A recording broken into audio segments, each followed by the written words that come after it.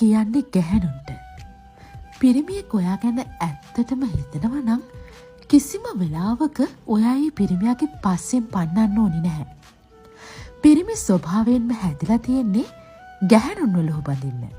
ඉතින් මොනම වෙලාවක හරි ගෑනු කෙනෙක් පිරිමියෙක් පස්සේ ඕනෙවට වඩා පන්නනවා නම් ඒකෙන් කියවෙන්නෙම ඒ පිරිමියට ඒ ගෑනු කෙනාව හරියට දැනලා නෑ කියන එක. පිරිමියෙක් බැඳීමක් ගැන කිසිම තැකීමක් කරන්නේ නැතුව ගෑනු කෙනාට ඒ බැඳීම ඒත්තු ගන්නන්න ඉඩ අරිනවා නම් එතන මොකක් හරි වැරද්දක් තියෙනවා.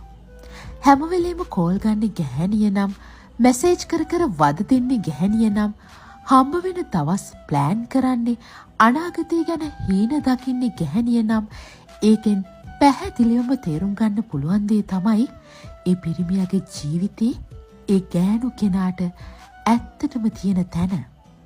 පිරිමියෙකුට ගැහැණියෙක්ව ඇත්තටම ඕනි නම් කිසිම වෙලාවක අර නළුවෙක් පස්සෙන් යන රසිකාවියක් වගේ ගැහැණු කෙනාට පිරිමියාගේ පස්සෙන් යන්න වෙන්නේ නැහැ. මොකද එහෙව් පිරිමි ජීවිතවල මුල් තැන හම්බ වෙන්නේ Taman ආදරය කරන ගෑණියට.